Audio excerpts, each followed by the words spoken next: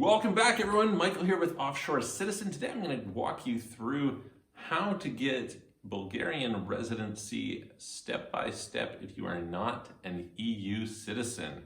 Before we jump into that, please destroy the subscribe button if you haven't already, meaning turn it from red to whatever the gray subscribed color, whatever it is. Hit the notification bell and let's get started. Okay, so I came to Bulgaria a few years ago, and so I'm Canadian. And therefore, unlike the lucky people in the EU who can basically just come here and, it's super simple process, so no real worries at all, I need to go through a little bit more. And actually, what had happened in my case was my wife, or who is now my wife, she wasn't my wife at the time, and I had decided, okay, we'd like to be somewhere together, and so we wanted to go someplace where we could both get residency fairly easily. And I said, okay, well, it should also be good for business. And so we were like, all right, what are the options? And I gave her some options, and we ended up choosing here. And so we actually came to Bulgaria not really knowing what we were doing, which might have been a problem if we had kind of messed that one up, because it was a little more complicated. I discovered when we got here, it was actually literally the day before we were supposed to sign a lease. Basically, we came here, we had our bunch of suitcases, I had an Airbnb. We're like, okay, great. We're going to spend as little time as possible finding a good place that we like. We'll get a lease on it. Then we'll go and we'll get our residency stuff sorted out. I had to go back to Canada, get some things, and we were going to go from there. And we went to this meeting with this lawyer, and we discovered oh, this might be a little bit more challenging. And so Tiana was like, oh my God, I don't know if we should sign this lease, blah, blah, blah. And I was like, all right, we'll figure it out. And so anyway, then we went through the process, and the process, even having been told it, was not as simple as we were told it, okay? So I'm gonna walk you through how it is that you can do this. And I think this is pretty useful for some people who are interested in going down the EU residency citizenship path fairly easily. It's one of the easier countries that you can get residency in the EU. Without spending a lot of money. Okay, so some places, of course, you can go and spend €500,000 on a property and get a golden visa and all that kind of stuff. Sometimes a bunch less. Say there's Portugal, there's Greece, there's Spain. There's a few options in terms of what you can do in that respect. But if you want to do it for substantially less money, you're like, hey, listen, I want to get set up somewhere and I don't want it to cost me too much. Then Bulgaria is one of the easier options in the EU. Now, it's not in the Schengen zone, so usually when people come to me and they're kind of discussing getting access to the EU, so what I'll often have is I'll have people coming from, maybe they're coming from Africa, maybe from India, parts of the Middle East, things like this, where one of the big things is they want to be able to travel, right? They've got a really shitty passport. They can travel to a whole 23 countries in the world, maybe it's from Nigeria or something like that, and that's a major disadvantage for them. They're like, hey, listen, I'd like to see part of the world. I'd love to have access to Europe. And we say, okay, great. Well, buying a citizenship maybe is out of the question for where you're at right now. But what you can do is you can get residency in a Schengen country, and then you can travel freely in the Schengen zone, which gives you pretty good access, right? So you would miss out on Bulgaria, Romania, Croatia, and Cyprus. But you get whatever it is, 24 EU member states. And from there, it's usually pretty easy. Like you can go into San Marino, you can obviously go into the Vatican, you can go into Andorra, etc. So, you have a pretty good coverage area that you can explore a bunch of different parts of the world, and so that's pretty cool.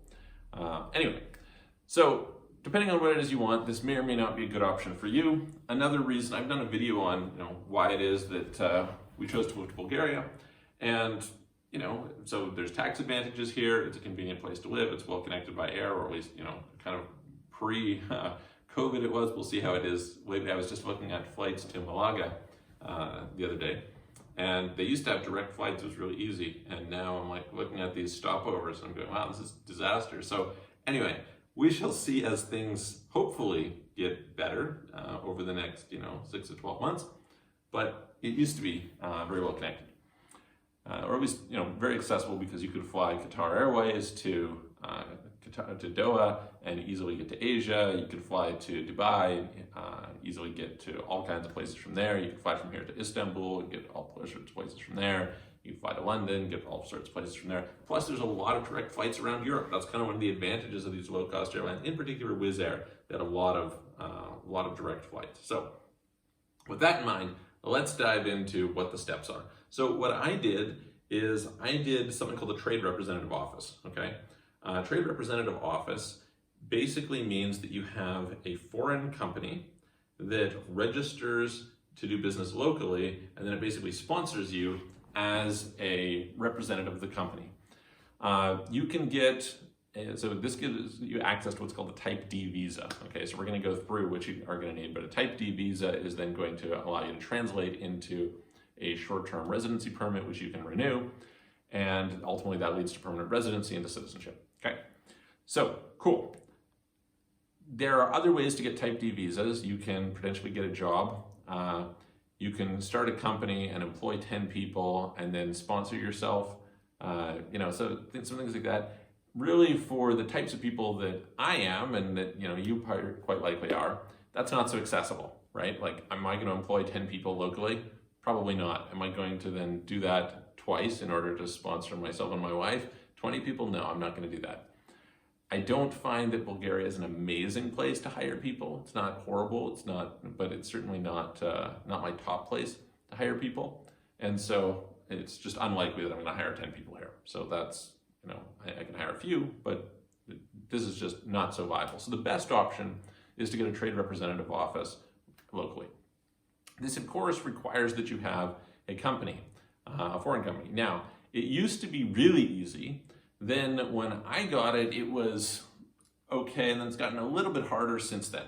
What has changed, and I think it changed last year, is the fact that now the company has to be 2 years old, okay? So at first it used to be that you had to have a company, it was pretty straightforward. In fact, what used to happen was you could go to a lawyer's office and they would just have a bunch of offshore companies they would maintain, and they would just add you onto that company and off you would go. Then by the time I came here, it was a little bit more difficult. So we actually genuinely said, okay, foreign company, sets up a trade representative office here. Okay, great, that's fine. Then we're going to go from there and we're going to get that trade representative office to sponsor us. Since then, now the company has to be 2 years old. And you can still go that way. It's not the end of the world. And you go through the process accordingly. So the first step of the process is to form a trade representative office. This is quite easy. It won't cost you too much to do it. So like around €1,000 or something like that to register a trade representative office, depending on who you're working with. Maybe it's a little less, maybe it's a little bit more, but not a big deal. You're going to have to provide apostille documents. In particular, you're going to have to provide the certificate of formation and certificate of good standing. Okay, so you need those documents to be apostille or legalized. They're going to need to be translated in Bulgaria. So, okay, great. Not a big deal. These are pretty normal documents to get. If you're in a situation where you somehow are saying, hey, listen, I'd love to do this, but I don't have a company that's 2 years old, contact us. There's some things that you can do that would help to address that. Or sometimes there's other people who have already set one up who are willing to sponsor you and add you into theirs. Okay, so that's the next thing. From there, so you're going to get this registered. Great, that's not a big deal. Then what you have to do is you have to get all your documents together and you have to go and apply for the Type D visa being sponsored. And so there's some documents that get made up that basically the trade representative office is recognizing you and blah, blah, blah, right? That's fine. That'll all be a fairly simple, straightforward package. But this is where it got a little bit weird for us because, so Tiana's from Montenegro. Okay, it's close to Bulgaria, no big deal. I'm from Canada, not close to Bulgaria. And in particular, I'm from Western Canada, and the Bulgarian embassy is in Ottawa. Why is this a problem? Because they don't want you to apply in Bulgaria. In fact, they don't allow you to apply in Bulgaria. So you can't be in Bulgaria, go down and be like, hey, I'd like to apply for a Type D visa. No. You have to leave the country and go to an embassy. And you're supposed to go to the embassy of your home country, okay? So just imagine how this would work. I would have to fly back to Canada, which is, a long flight, fairly expensive flight, right?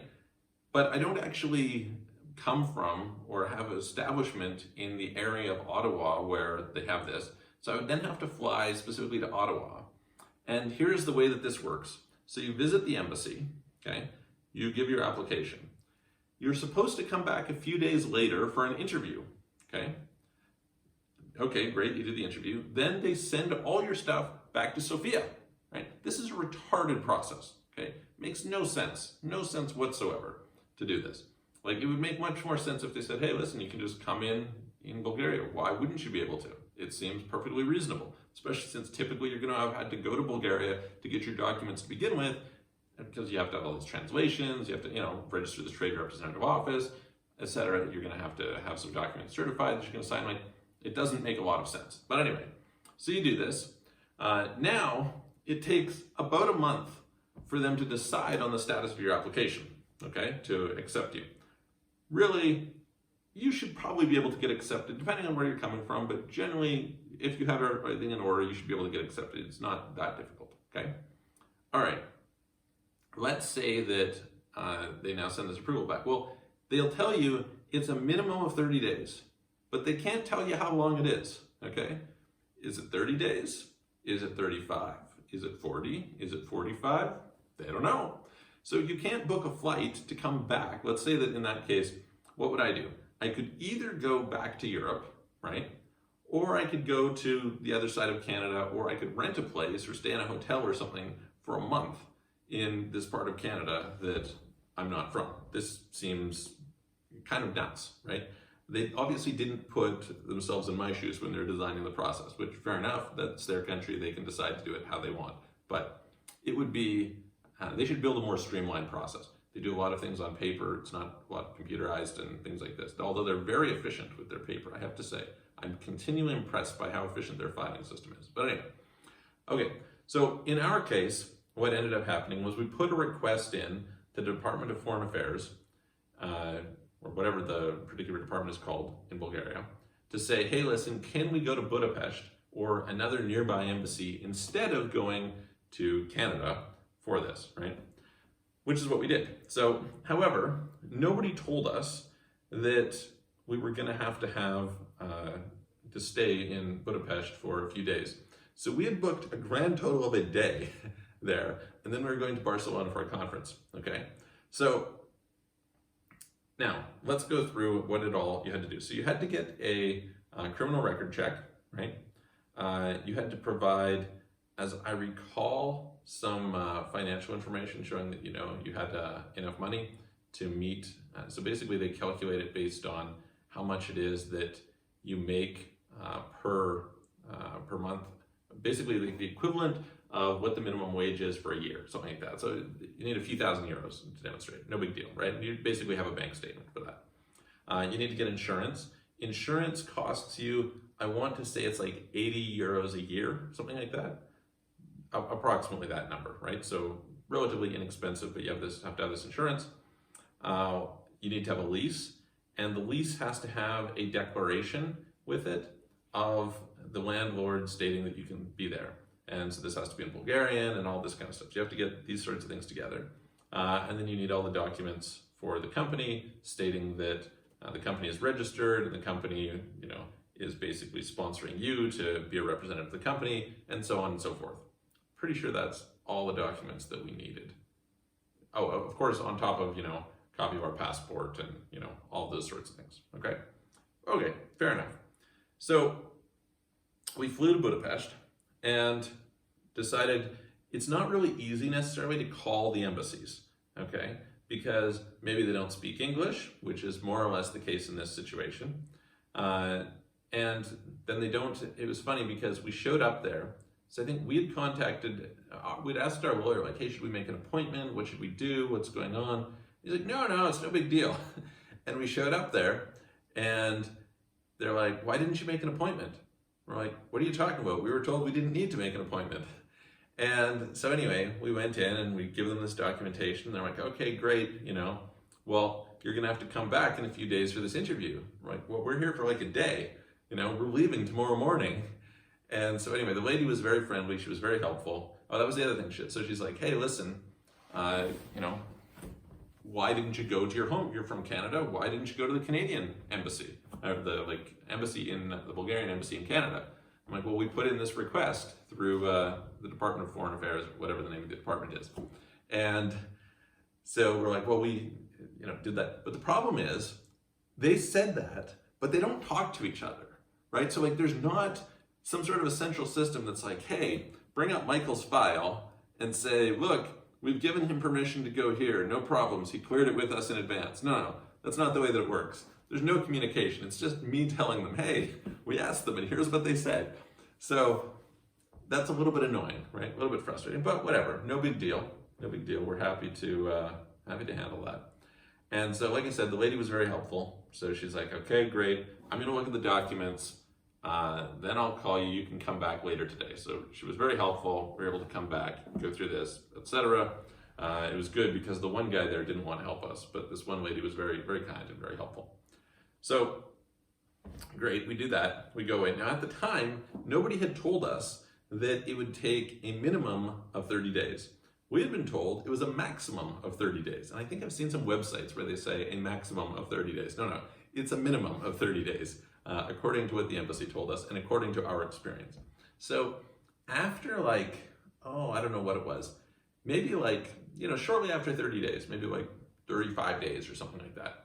And I think that it might be 30 business days too. I can't remember. Anyway, whatever the situation is, approximately a month. We were somewhat concerned about overstaying our time in Bulgaria before getting this type D visa, okay?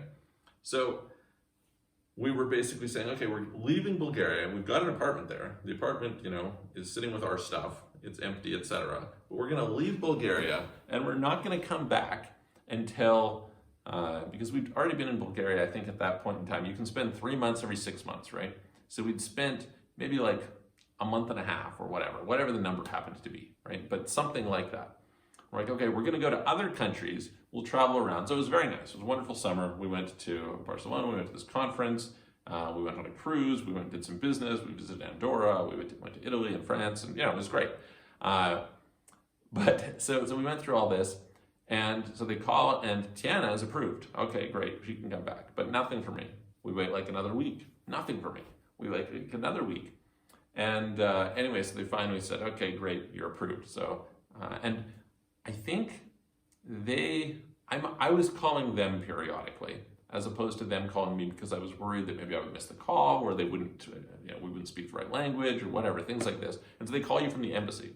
So then we flew back to Budapest. We got our stuff. Basically, they put a visa in your passport. And this visa covers you for 6 months, okay? So it's like, okay, great, you're good for 6 months from now, that you have to, within that period of time, you have to apply for your residency, okay? Okay, fair enough, no big deal. So we come back, we've got that visa, everything is good for 6 months, so now let's worry about actually getting the residency. And of course, you don't want to, there's no incentive to do this too early, right? Because, it just reduces the amount of time that your residency is going to cover you for, right? Basically, kind of 18 months from that first application until you have to renew again if you get your residency after 6 months, right? That's kind of what I'm saying here. So we come back, and so now what you have to do is you have to take your package of documents again. This time you don't need the stuff that you needed for the Type D visa, only the stuff that gets you. So there's some things for the trade representative office. Some of these documents have to be updated at this point in time because some documents don't last so long. So in particular, the thing that you didn't need that was important was you didn't need your criminal record check. Okay, that's the big one that was not necessary to bring when you go and you apply for your residency. Okay, great. So you come, you apply for this residency, you go down to the office. Now, generally speaking, they don't speak English at this office. So it's good to have somebody who speaks English to come with you, whether it's, a lawyer or somebody else, very important, somebody goes with you who speaks English, okay? Great.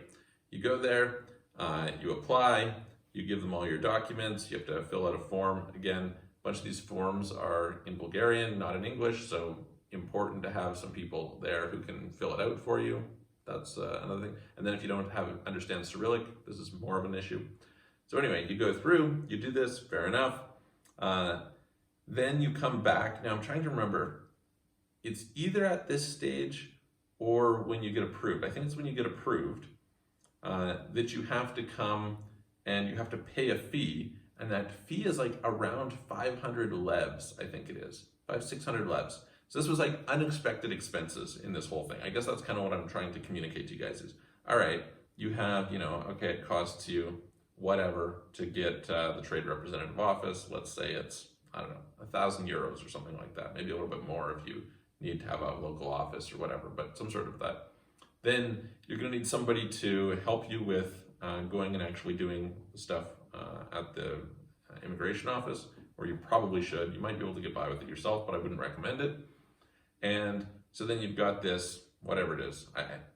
I think that it's 600, approximately 600 levs, so approximately 300 euros per person.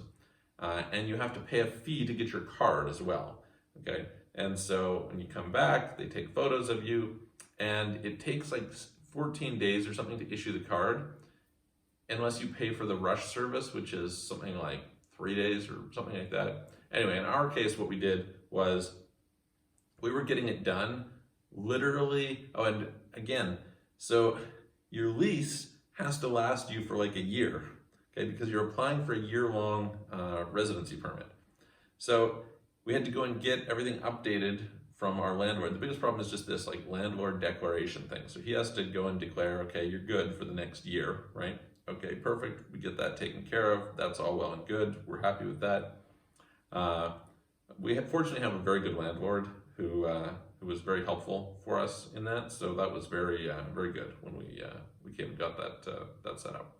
So anyway, we got that done. Then we got this now. We had it literally like the day before we were flying to Thailand, or I think we were flying to Singapore and then to Thailand afterwards. But anyway, we were going to Asia. And so, we're trying to arrange all these things kind of at the last cutoff minute. And so we actually didn't get our cards until we came back like 3 months later. So we went to Thailand, we went to Singapore, we went to Cambodia, we went to Malaysia, we went to Hong Kong. And so nice little tour. And so we came back, we left, I think it was around the 1st of December, right around the start of December anyway, came back in March. And so we were able to pick up our ticket. Now they'll put something in your passport, so you don't actually need that card during that time. Like you can say, hey, listen, I applied for this renewal, and there's a little file number that they put in your passport to say that you've applied, so you're fine, and you can pick it up. So we picked ours up like 3 months later, right? We just came with our information, said, okay, here's our pickup, okay, great. That was all good. So I'm gonna go through a few different things with you guys. First of all, just kind of helping you to understand the costs associated to kind of get a sense for what it would cost you if you were to do it yourself. Second of all, to understand some little hiccups and things you should be aware of that they maybe don't tell you. And third of all, I'm going to tell you a little bit about the renewal process as well. So first of all, with respect to costs. So as I said, I think in our case, our fees for it with the lawyer were like 2,500 euro, which included forming the trade representative office. So approximately that for 2 people. Okay, so basically you had, once the trade representative office was formed, adding the second person wasn't that much, but 2,500 euro in that sense was what we paid.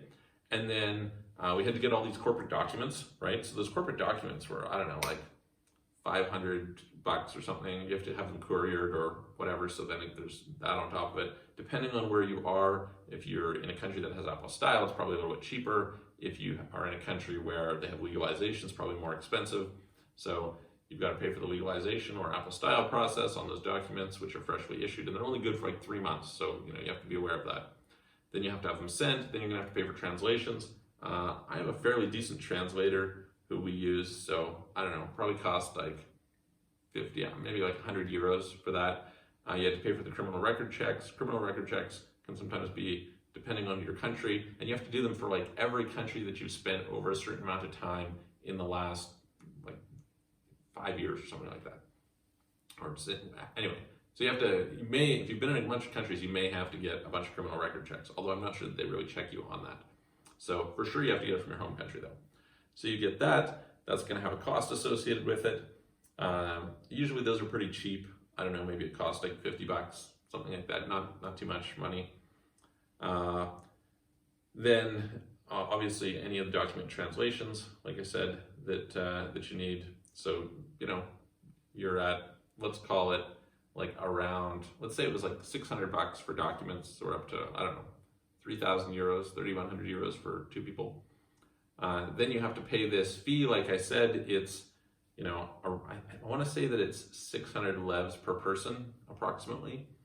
So, throw that in there. It's extra if you want to speed up the process of getting the card. I think like the highest, I don't remember the exact price off the top of my head, but for the like most rush where you get it 3 days later or something, I think it's like 200 levs or something like that. So a lev it's like approximately 2 to 1 for levs to euros. So let's say that you're spending another, again, in our case, there's 2 people. So we're spending, what is that? Another like $500, a little bit of, let's call it 600. So we're about 3,700 euros. Plus you have to figure in the cost of the travel, of course, back and forth. That's a little bit of a pain. If you can do that all remotely and then just come, that's probably way better. Let's see here. Yeah, so I mean, probably for us, the total cost I think was like around 3,700 euros to do the whole thing for 2 people. Okay, so figure on if you were 1 person, it would be a little bit less than that, right?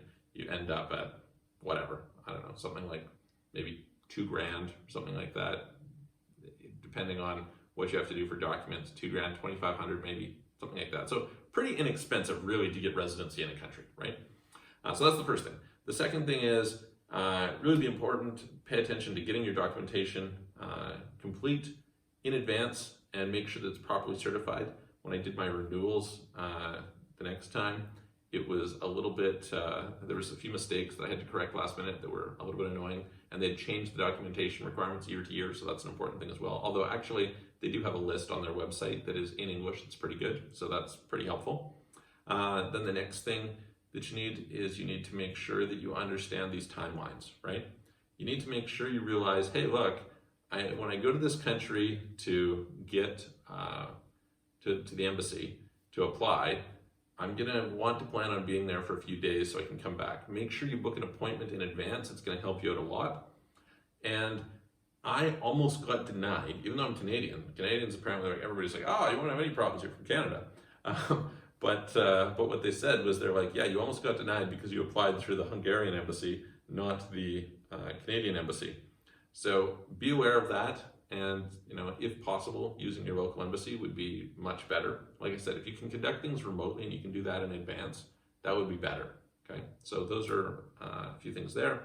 You can probably get all the documents put together and sent and couriered to you in your home country and kind of avoid that back and forth if possible. From there, what is the last thing is, understand this 30 days is a minimum, and that 30 days could be a bunch longer, so you don't really know what it is, so plan around that, because it could definitely get you in trouble if you think you're going to be ready, it's going to be ready, and it's not going to be. So those are kind of just some little pointers on that. And then, when you go to the office, definitely make sure you bring somebody who speaks Bulgarian. It's going to make a big difference for you. If you want, you can reach out to us. We're happy to help you with these various things, having gone through it. This brings me to Renewal. Okay, so Renewal, again, an interesting learning experience, because so that I was told, like, oh, it's no big deal. Yeah, you just renew. Oh, you can't even apply more than the 90 days beforehand. So, don't worry about it. What I didn't realize is that you have to apply, like your all application has to be done 2 weeks before your residency ends, okay? So, and then you have this lag time where it's like, okay, well, you have to get documents, they have to get certified, you have to get translations, you have to go and to get this updated Bullstat document, et cetera, et cetera. So be sure to leave yourself some time when you're doing that, okay? It's not that difficult to get renewal. You have to go through, Trade Representative Office documents, this Bullstat thing. You need some declarations of the financials of the company, what the company activity was in Bulgaria over the last year. Not a big deal. They have like templates online for that, so very, very well handled. Nothing to be concerned about there. You will have to pay, like I said, this like 600 levs or whatever it is per person as a renewal fee. And yeah, it's, I mean, fairly straightforward, just so long as you have the documents ready in advance and you give yourself enough time. So after that experience, I was like, you know what, we're going to be well ahead of things. We're just going to be on top of it. And because I was fairly stressed at the time there was a whole bunch of other things going on in life. And I was like, oh boy, this is a little concerning. So anyway, I hope that helps you guys. If this was helpful for you at all, please click the subscribe button, click the like button, click the notification bell. And yeah, if you're interested in help with, relocating to Bulgaria, or, we help with a number of other countries, EU Schengen countries, as well as, other parts of the world like Thailand, Malaysia, Latin American countries, right? Panama, Paraguay, Uruguay, Chile, stuff like this, as well as citizenship by investment programs, then definitely reach out to us, international tax planning, etc. You can book a call with me if you're interested in any of that stuff. Clarity.fm/Michael Rosmer. There's a link below the video, as well as you can check out offshorecitizen.net and offshorecapitalist.com. I will see you guys on the next video.